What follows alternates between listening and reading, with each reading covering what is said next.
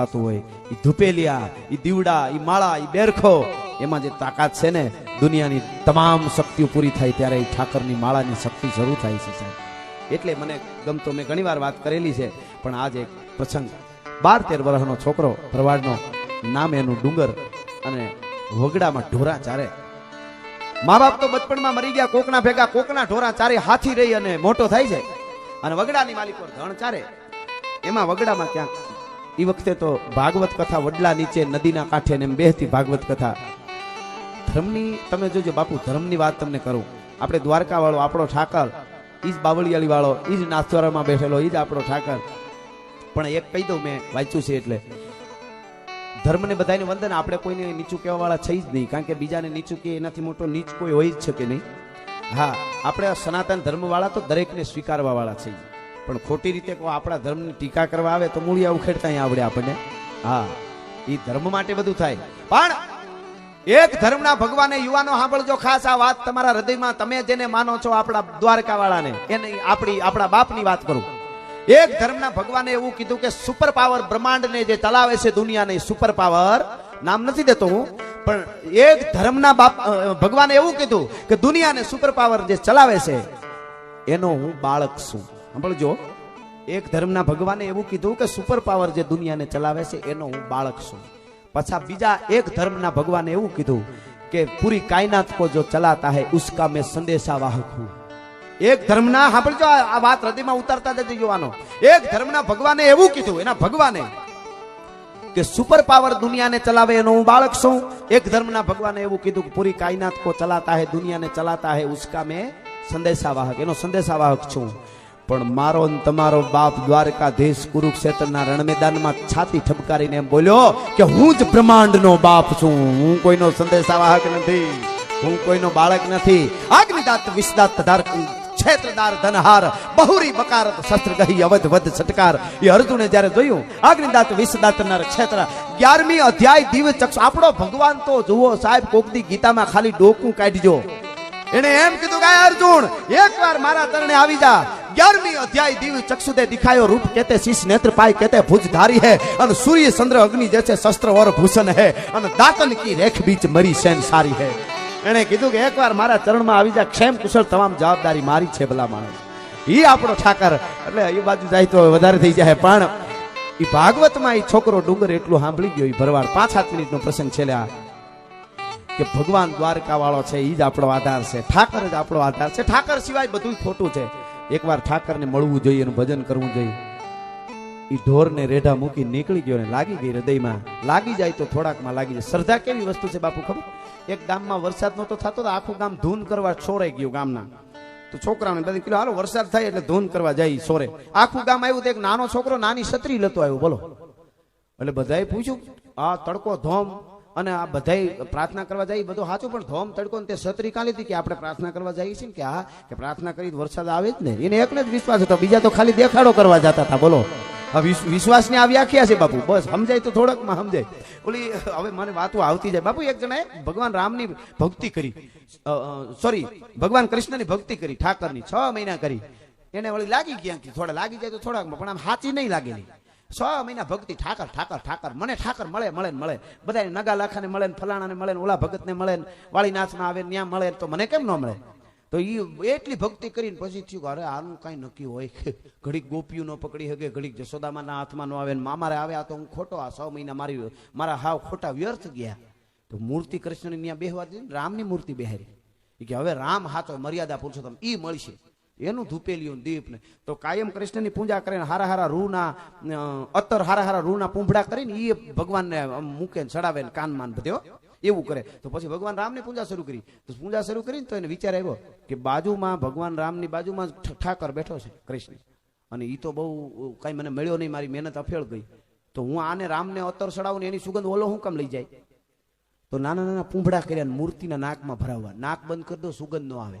એ આમ રૂના પૂંભડા બાપુ લઈ અને આમ કરીને આમ જ્યાં નાકમાં ભરાવા ગયો તા તો શરીરે ધર્યા લાલ પૈતંચો વાઘા પતરંગ ટેઠી ધરી શીશ પાકા વેળા વડ માથે, અને જળા જળા જળા કરતો ઠાકોર પ્રસન્ન થઈ ગયો. એ કે હા, એ કે તું સોર છો, તું બહુ બુદ્ધિશાળી છો, તું શું કરી નક્કી નહીં તો ખબર હતી, સોળટો છો, પણ તું ઈર્ષાળુ છો એ આજ ખબર પડી. એને દેવું સમજે ને, કાંઈ કે ભગવાન રામની પૂજા કરી અને તારા નાક બંધ કરવા આવ્યો એટલે તરત પ્રસન્ન થઈ ગયો, આજ સુધી કેમ ન થયો? તો એ ભગવાને કીધું કે આજ સુધી તું માનતો હતો કે આમાંથી થાહે, આ તો મૂર્તિ છે, પણ આજ તને ખબર પડી કે અહીંયા છે, સુગંધ લઈ જાય. એ છે એટલે એટલી વારમાં જ છે, એમાં વાર નથી લાગતી. એકવાર એટલું થઈ જાય ઠાકર છે, તો અહીંયાના મનમાં થયું કે આ સુગંધ લઈ જાય, એનો અર્થ એવો છે તો છે, નથી તો નથી, આટલી જ વાત છે. ઈ છોકરો ગાંડાની જેમ દોડે, મને કોઈક ઠાકર બતાવો, મને કોઈક ઠાકર ભેળો કરો, મારે ઠાકરના મારે દર્શન કરવા છે. એને ડુંગર ભરવાડને લાગી ગઈ, 13 વર્ષનો છોકરો ભરવાડનો. અને બધા એમ કે આ તો ગાંડો થઈ ગયો લાગે. એમાં એક કોક ટીખળી માણસ ભટકાણો, એને કીધું ભગવાન જોયો, દ્વારકા વાળો જોયો, ઠાકર જોયો. એટલે ભીમપુરી બાપુ કરીને બાપુ એક સાધુ મગજના બહુ આકરા. હવે ઘણાને એમ થાય કે બાપુ સાધુ ખીજાય મગજના આકરા, તો રામ બાપુનું કરોડો વંદન કરું છું કે એનું મુખ હસતું જોઈને આ નકર કેવા કેવા આપણે બધા અને કેવી કેવી લઈને જઈએ. બાપુ મારો ધંધો નથી જામતો, એનું શું કારણ? હું નડે? તારા ઘૂમરા નડે, સાનો મનો ધંધે ચડી જાય કાંઈ નથી નડતું. મારો પરિવાર, મારું કુટુંબ, મારા ભાઈઓ ભેળા રહીએ, અહીં વિનંતી કરું છું બધા માલધારીઓને અને રાજપૂત કે જે હોય એને, મારો પરિવાર, મારું કુટુંબ એક રહીએ, પ્રેમથી રહીએ, દૂધ દીકરા હાજા નરવા રહીએ અને પ્રેમાળ રહીએ. એટલું જ ઠાકરને મોંમાં આપજો. પૈસા તો અમે મહેનત કરીને કમાઈ લેવું, બસ રીધી સીધી દેજો. બાકી એના પાસે ધંધા જમાવી દો, એ તો ધંધા તો જામી જાય. આપણે આપણી મહેનતે જોઈ ને આપણી નીતિએ જોઈ, આ બધું જોઈ. પણ એ સાચું છે બાપુ. હમણાં એક બહુ સરસ સૂત્ર મેં વાંચ્યું કે કોકને મોઢા મોઢા સાચું કહી દેવું ને બહુ અઘરું. કોકને મોઢે સાચું કેવું બહુ અઘરું, એ હાવ સાચી વાત. પણ સાચું કોક કે સાંભળી લેવું એના કરતા અઘરું. કોક એમ કે આ ખોટું છે તો મને કેમ કહેવાય? એ સાચું સાંભળવું, એ સાચું કહી દેવા કરતા બહુ અઘરું. પણ ખેર, આ છોકરાને કોકે કીધું ભીમપુરી બાપુનો મગજ આકરો છે ને, અને એને ભટકાડું. ઠાકર ઠાકર કરે એમ ઠાકર મળે?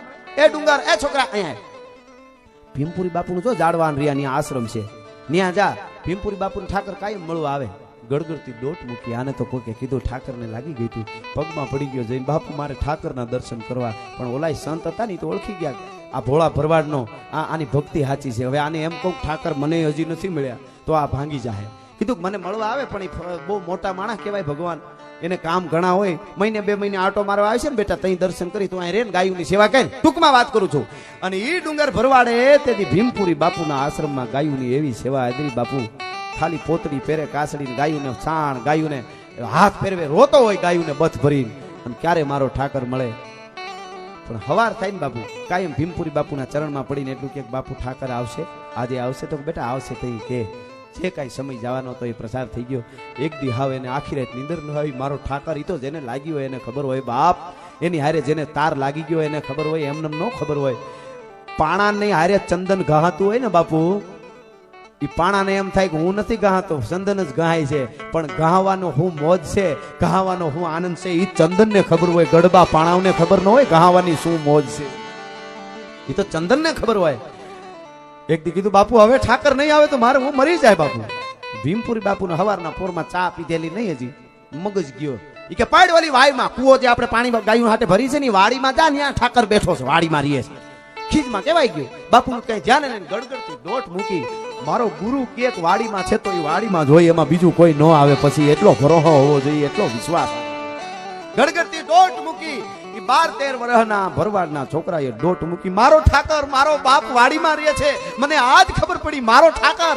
અને ગડગડતી દોટ મૂકીને આમ કરીને આમ કૂદકો મારી અને વાડીમાં બાપુ પડવા જાય ને, એ આમ નો પડ્યો ત્યાં તો આમ બાવડું પકડ્યું, શરીરે ધર્યા લાલ પીચંતુ વાગા, પતંગ ટેટી ધરી, સીચ પાગા વડ્યા, વોડી માથે ખુલ્લા કેસ વાકા, જોતા નારીઓ વારણા લીધ જાકા, કડે કટારા ભેટ લીધી કસીને, અને 16 કળાથી તે જેવું સચીને, કમળાપતિ મંગળ કારણ સુકારણ, જય જય જય જગદીશ દિયો, જળા જળા જળા જળા, માથે મુંગટ નું મોરપીસ રહી ગયું છે, ખગડાટ દાંત કાઢીને આમ જોયું. 13 વર્ષના ભરવાડના છોકરાએ આમ જોયું. બાપુ તમે કોણ? કે ભોળા હોય, જેટલા ભોળા એટલા જ પાછા હૃદયમાં બધી ખબર હોય. હા, કાટ ન હોય, ભલે ભોળા હોય પણ આમ બધી ખબર પડે. હા, એને કીધું તમે કોણ? અરે હું દ્વારકાનો ઠાકર, હું દ્વારકાધીશ, હું ભગવાન પોતે, જેના હાટું તું કાયમ રોવે છે રાયતું નહીં રહેતું. ઈ એમ તું ઈ પોતે તો કા ઈ કે અમારા વ્યાસ ને રખૈયા ને ગામમાં રમવા આવે, ઈ બબે હાથે બીજા ચોટાડ્યા હોય, માથે મોરપીસ હોય, આવું બધું અમે જોયેલું. તમારા જેવા કપડા પહેર્યા હોય તો હું કેમ માની લઉં તમે દ્વારકા વાળો જ છો? જોજો, હું કેમ માનું તમે ભગવાન જ છો, ઠાકર જ છો? તે તો બહુ કર્યું, હું ઠાકર છું એમ ન માનું. કે તું કેમ માન? બાપુ ગુરુ શિષ્યની જે પરંપરા, તું કેમ માન? કે મારો ગુરુ ભીમપુરી આવીને એમ કે તું દ્વારકા વાળો છો તો હું માનો નકર ન માનો. હા હા હા હા એવું છે કે હા બોલાવી આય બોલાવી આવું પણ જરીક આ ઝાડના થડ ભરા ઉભા રહ્યો તો પાસે ઝાડ હતું કુવા પાસે વાય પાસે આ થડ ભરા ઉભા રહ્યો ભગવાન થડ ભરા ઉભા. શું ભક્તિની તાકાત છે સાહેબ. એ વસ્તુ આખી જુદી છે જેને લાગી જાય ને એ વસ્તુ આખી જુદી છે. એ આમ થડ ભરો ભગવાન ઉભો રહ્યો અને પોતે પોતળી વાળતો 13-14 વર્ષનો ભરવાડનો છોકરો એ પોતળીની માથે ભોજપરાની ભેટ વાળી હોય એ ભોજપરાની ભેટ છોડી પોદળા વાળી ગાયના સાણ મૂતર પોદળા વાળી ફાળ્યું ભેટનું ભોજપુરું છોડી અને મિત્રો અખિલ બ્રહ્માંડના માલિકને ઝાડના થડની હારે બાંધ્યો ડુંગર ભરવાડે. તેથી ભલા માણસ હોય એ આશ્રમને માલિકો વાળીને શું ભક્તિની તાકાત છે. કરવું તો જે કરો એમાં પૂર્ણ કરવું. દ્વંદ કહા તક પાલા જાય યુદ્ધ કહા તક તાલા જાય તું ભી રાણા કા વંશજ હે ફેંક જહાં તક ભાલા જાય. જે કરવું એ હાર પાર હોવું જોઈએ. એને બાંધ્યો અખિલ બ્રહ્માંડના માલિકને ગાંઠ વાળી ઝાડની હાર્યો કનૈયો ઠાકર હે છે મરક મરક મરક મરક बरदंत के पंगत कुंद कलैया धराधर पल्लव खोलन की चपला चमके घन बीज जगे सभी मोती ની માલ અમોદન की દાંત કાઢે છે કે વાહ ભરવાડ તારી ભક્તિ ને રંગ છે હો ભગવાન. ઈ બાંધીને પછી ગડગડતી ડોટ મૂકીને પડતો આવ્યો નખ નીકળી ગયો ઠેહ લાગી મારા ગુરુને ઝટકમ ઠાકર આવી ગયો ઓળખી તો ગયો જ તો ઈ અને ગડગડતી ડોટ મૂકી અને ગુરુને આવીને પગમાં પડી ગયો. અને મિત્રો ગુરુએ શેરા હામું જોયું ને તા ગુરુને કેવું ન પડ્યું ઠાકર આવ્યો. આમ શેરોના આંખ જોઈને શિષ્યની ડુંગર ભરવાડની ગુરુએ કીધું કે મારો બાપ આવી ગયો લાગે ઠાકર. તા કે હા આવી ગયો બાપુ હું વાડીને કાંઠે ઊભો રાખીને આવ્યો છું. અને ગુરુ શિષ્ય ડુંગર ભરવાડને ભીમપુરી બાપુ હળી કાઢીને પાછા આવ્યા તા તો ઝાડના થડારે બાંધ્યો. ભીમપુરી બાપુએ કીધું ડુંગર આ શું કહ્યું કે તમે આવો ત્યાં સુધી વયો જાય તો જશોદામાં ખાનણીએ બાંધ્યો હોય ઘડીક થાય કોકના હીકલા તોડતો હોય હીકા તોડતો હોય માટલા તોડતો હોય. જેની મોહ જાળમાં આખી દુનિયા વિટાણી એની દેયુ તારી દોરડીએ બંધાણી નંદરાણી તારા આંગણા. એક માં જશોદાએ કૃષ્ણને ખાનણી આરે બાંધ્યો તો અને બીજો આ દેશની ધરતીમાં ડુંગર ભરવાડે ઝાડના થડની આરે તેથી ઠાકરને બાંધ્યો તો. શું ભક્તિ અને પ્રેમની તાકાત છે. અરે અને પછી ડુંગર બે હાથ જોડીને એટલું બોલ્યો ગુરુ ગોવિંદ દોનું ખડા કિનકો લાગુ પાય. એક બાજુ મારો ગુરુ ઉભો છે ભીમપુરી બાપુ અને એક બાજુ મારો ઠાકર ઉભો છે.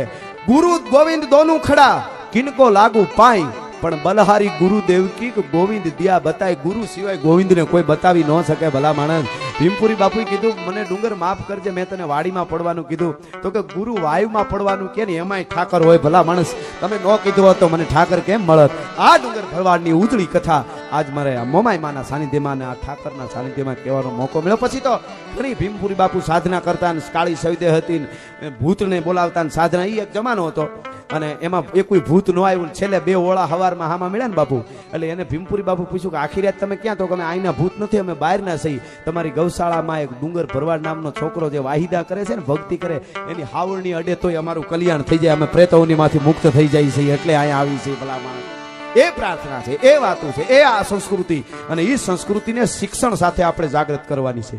શિક્ષણ એજ્યુકેશન સાથે જાગૃત કરવાની. દુનિયાને દેખાડી કે અમે સમાજ માટે જ નહીં ભારત માટે પણ કરી શકીએ. એક થઈને સંગઠિત કરી શકીએ. નોખા વાળા ન પાડીએ એવી પ્રાર્થના સાથે છે.